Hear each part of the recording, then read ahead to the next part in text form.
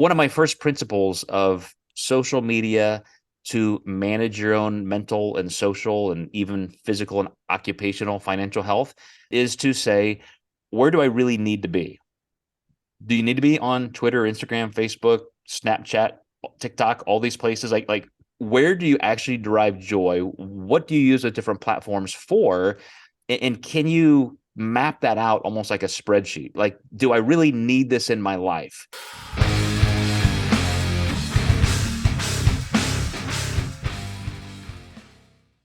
Hey guys, welcome to the Mind Muscle Connection. I'm Joe Klimzewski with Tyler Weeb. Today I want to talk about how to manage not just your sanity in this social media era, but what it really has done to us in an anthropological sense because of our attention being so assaulted, hypervigilance being much more of a factor because we're always on guard with things happening around us or even to us through social media. So obviously not a novel topic. Everybody, I think, is talking about this in some way, Tyler, because we're all impacted by it.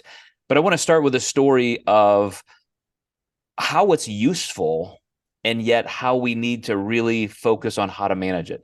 One of my clients owns a construction company, and he's a bit of an old soul kind of guy. Even though he's only in his early 40s, he's very traditional and old school.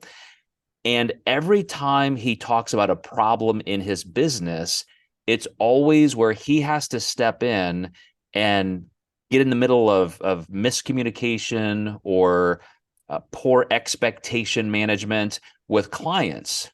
And I said, after hearing this for a year, and we've talked about it here and there, it's clear that you're just not living up to today's expectations in a world where Amazon invented one-click shipping and social media means everybody is with a smartphone in their hands constantly on.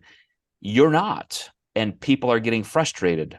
So I said, you have this crew, 50, 100 guys, 12 projects going on all the time, and yet nobody's taking care of those people until they scream for your attention.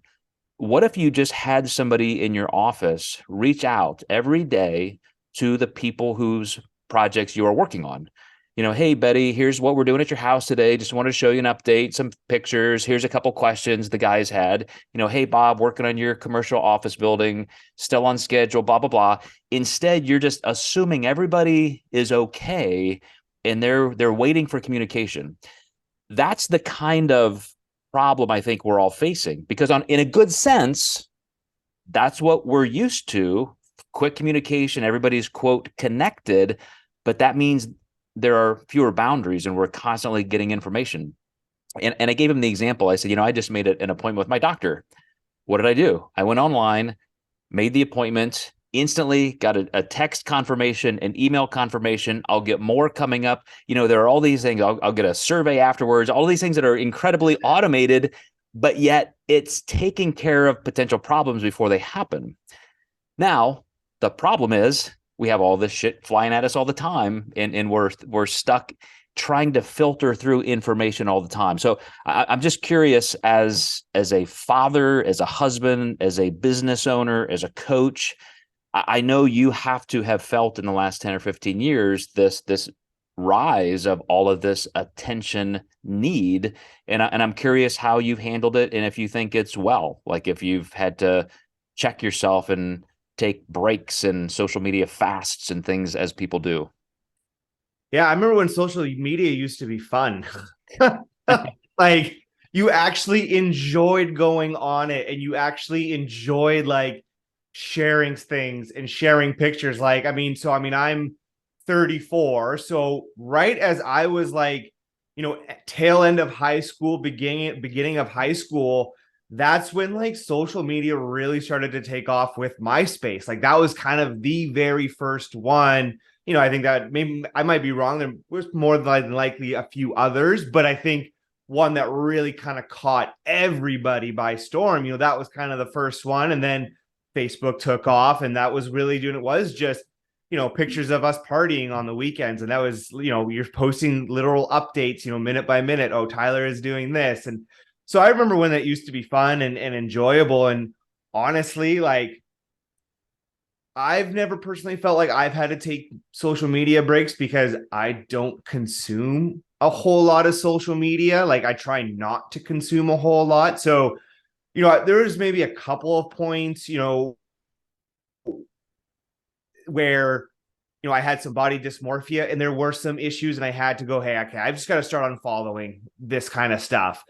But, kind of, since then and throughout, I don't think I've really ever had any major issues with it just because I don't really like it. Like I'm in a bit of an old soul in that sense of, I'd rather just keep to myself. And that's probably the introvert in me as well, where, I don't need to put myself out there. I don't need to let people know what I'm doing. I have no desire for that.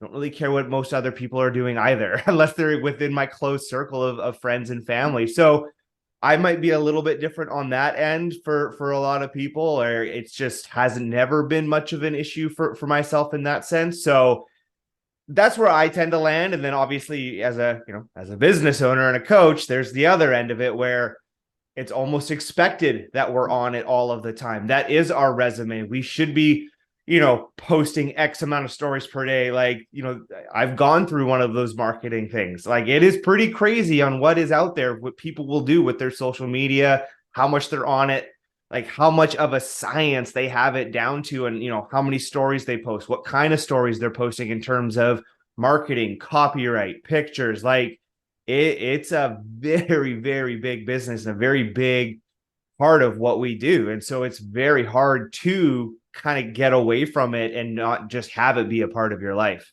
Well, that's exactly That's what where I find the most tension for myself and the most stress, where it's like, if I didn't have to, I probably wouldn't have Instagram. I don't think I'd have Facebook. I don't think I'd have anything. Like, I just wouldn't.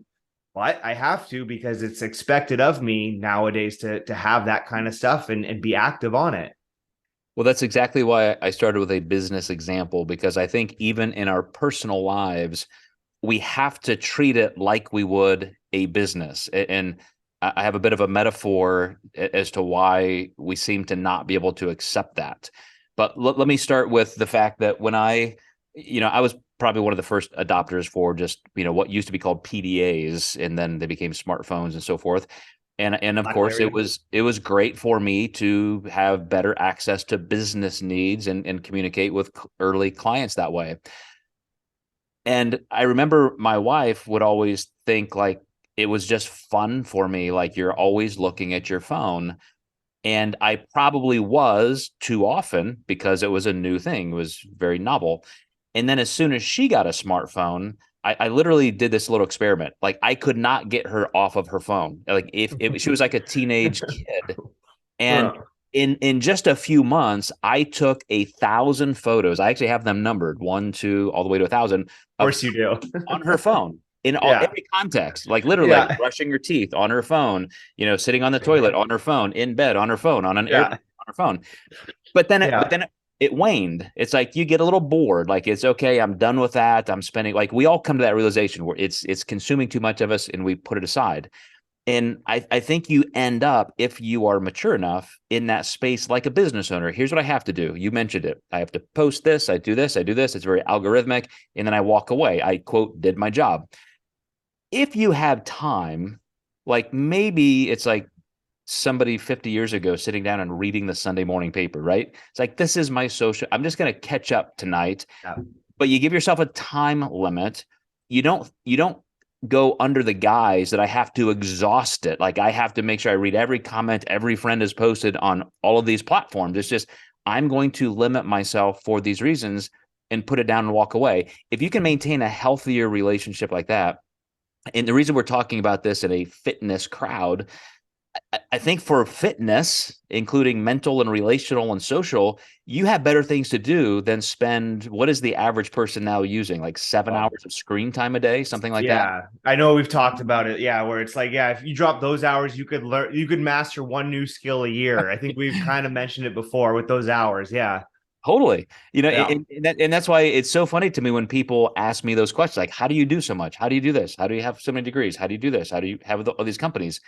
Because I don't waste time doing stuff that I don't want to do. If I feel like I have to do something like this, that's a bad sign. you shouldn't have to do something. It's because you want to.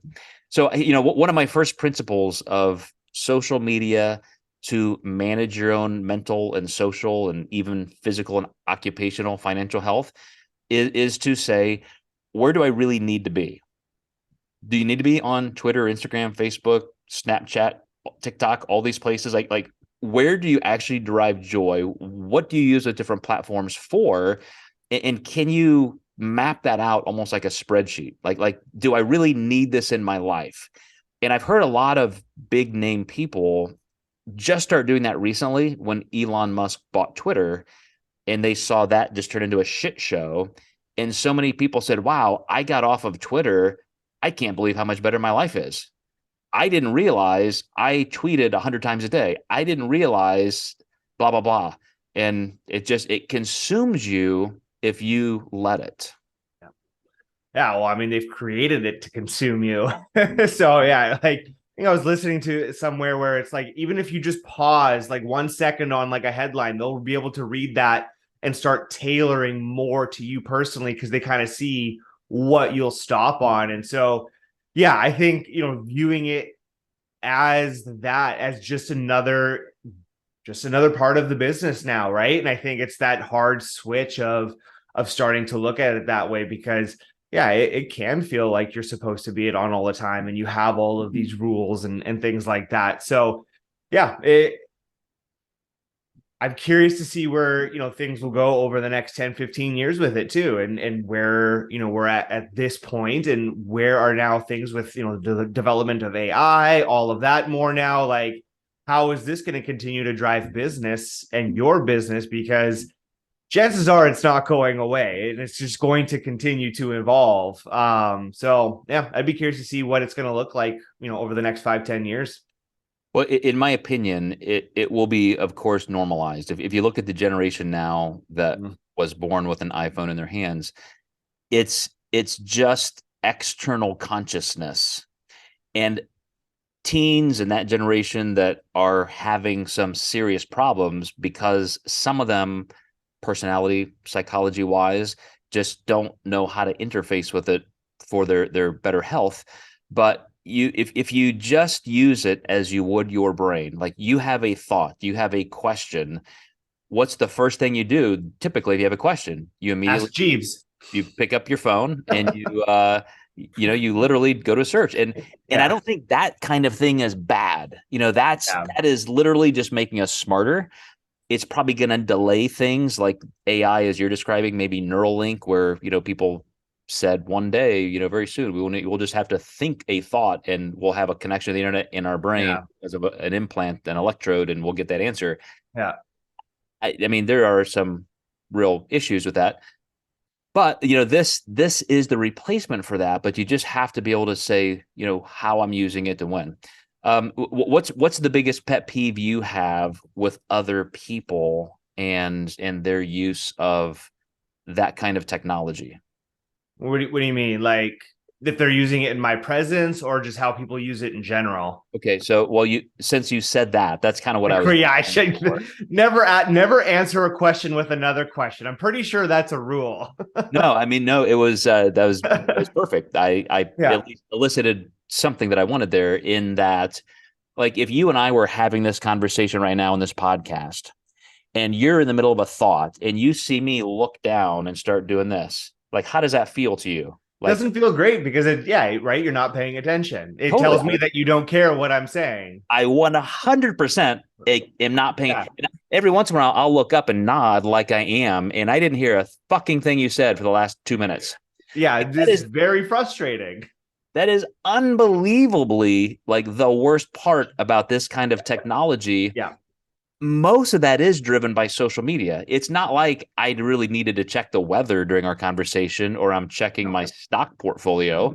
Like, No. I probably just got a message from somebody, bing. And so I got to check that. I divert my attention from you to that. Yeah. If you understood socially how damaging that is to relationships and how much social capital you lose in that moment, you just wouldn't do it. But here's my point about why I think Yeah. it's still a net positive on a whole. anything that you want to learn, something that is a great interest of yours right now, you're really working on it, or a hobby, I guarantee you will take your phone, internet, technology, social media, and you will dive a million times deeper than you ever could. You can find so much information so Yeah. fast, learn so much quicker, tutorials, everything at your fingertips, as long as you just pay attention to how you allocate your time on it. And so I just don't want to be one of those people who say, oh, it's awful, it's the worst thing ever, it's destroying our culture. It is the single best thing you could ever have, which is access to knowledge. If you just know how to maintain your own Yeah. mental and social health personally and with other people.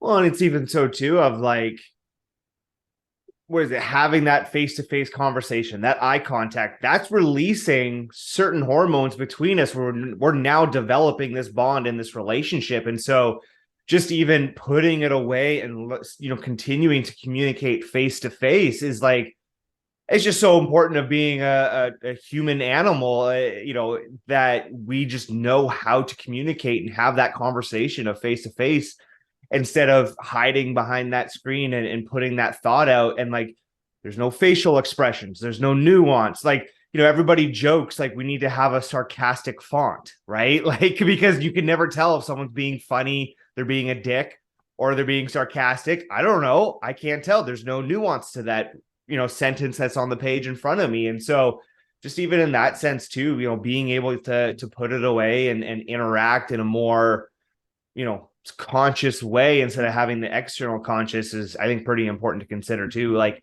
even as a coach, like every time I've had an issue with miscommunication with a client, it's been through an email. Never have I had an issue in miscommunication when I've created a video that shows my face. And like, that's why I don't even do phone calls with potential clients. I do video calls whenever possible. One, because it's a lot more comfortable for me, because like people can see, my facial expressions. I'm joking, I'm smiling. I very much talk that way. I talk with my hands. So I just even think that is an important thing to consider too, in how we even treat our business with social media, and putting ourself out there so that we can get that nuance. Well, and the reason I thought this was an important topic for our audience, besides it just being socially dominant right now and critically important for our mental health, the time suck that this takes away from us, as well as the negativity it can bring into our lives, it is just one of the biggest things you could slide into that negative category for your overall total health. I'm sure some people have gone to bed reading social media, stayed up a little bit longer. Sleep is important for recovery. And then you go to bed in a negative state of mind because either social comparison or just reading bad news. I have almost gotten to the point too where I'm going to leave my phone in the living room because, as I've talked to you before, my nighttime reading is less now because the thing I do first is, well, hey, when I lay down, let me just check a couple things first. 30 minutes later, now I'm so tired, I don't want to pick up that book I've been reading. And it does that to every part of our lives, including the time we could be spending doing a little meal prep or just getting better sleep or just something that is better for our physical health pursuits. I'm telling you, those kind of things add up because of the dominant time that this just takes from every day. Yeah.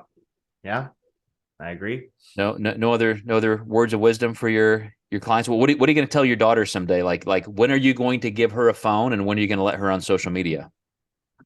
And that's a good question. Because there's two parts to it too, right? One part is like, you don't get her a phone, it's like she's gonna be ostracized at a certain point. Yep. Like, that's just gonna be the reality, because that's all how like her friends are probably gonna communicate. So it's and again, what's it gonna look like in the next 5 years, right? I mean, she's 2 now. I would for sure like to think, 10 at minimum. I mean, even to me, that seems a little early, but who knows what it's going to be like at that point. I mean, you're seeing, 2, 3-year-olds already with iPads and phones nowadays. And so for sure, like, until like, what's like the development of a, like, it's like 8, like there's kind of like that first initial development between like 0 and 8 years old, or for brain development, something along those lines. I can't remember, but at least to that point, whatever that is. What? So I'm going to give you some fatherly advice. This is what we get down Yeah, to. This could be part of like the way we end every podcast. some Uh, fatherly advice. now that I'm a grandfather for Yeah, raised children, uh, it's never, ever, ever a good idea to avoid things entirely, to just pretend they don't exist. Like you said, all of their peers have self, etc. So you say, no, look, here is a gift of technology. This is a high, high privilege to have this. Let's talk about some ground rules. Let's talk about how this thing can help you. Let's talk about how this thing can hurt you. When you get this, that we need some ground rules, just like when you got your first bike, you would put training wheels on your bike. You don't get to ride across a freeway. Like there are things that we do to keep you safe. We need to talk about a lot of things that you have access to on this phone, and you just start teaching them how to deal with it. That alone will put you in the 99th percentile of parents who never even have the maturity to do that. here's the If you phone. just say, no, you don't get one of these till you're 16. And my point to that, Tyler, the reason I brought it up is that's exactly what we don't do with ourselves. We need to give ourselves those same kind of boundaries so that we continue to use this as a positive force and tool in our lives and not let it hurt us.